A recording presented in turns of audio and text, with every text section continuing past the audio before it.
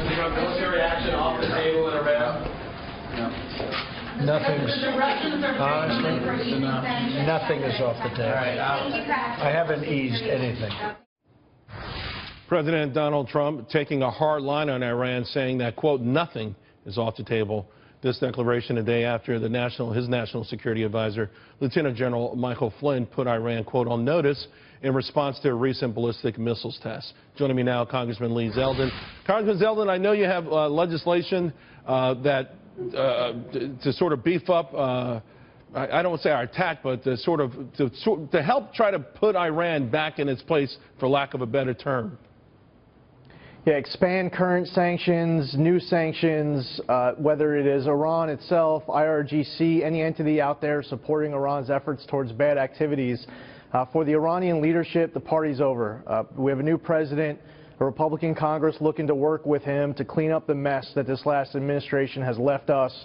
We are motivated. We want to move in a different direction. The last president was propping up the wrong regime. Here we are now, but for American security and for those of our allies, we're going to act. Just moments ago, the U.S. Senate Committee on Foreign Relations, we had a Cardin and Corker, so 20 bipartisan colleagues. They just sent an Iran letter to President Trump.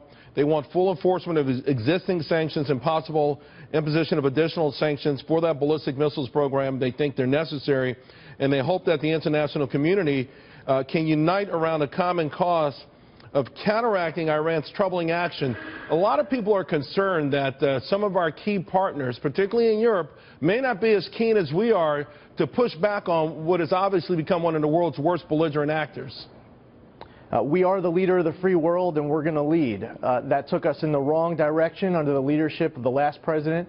Under the current new administration, that gives us an opportunity to lead in a new direction. So for our allies, those who have been with us in the different directions we moved in the past, I'm confident they'll be with us this time. If they have a choice between the Iranian economy or the U.S. economy, they choose us every time. They choose us as their friends every time. But for the development and test firing of intercontinental ballistic missiles, for the human rights violations, overthrowing foreign governments, financing terror, pledging death to America, calling Israel Little Satan and America the Great Satan, all of these antics that the Iranians were able to get away with in the last administration, it's all going to have to stop now.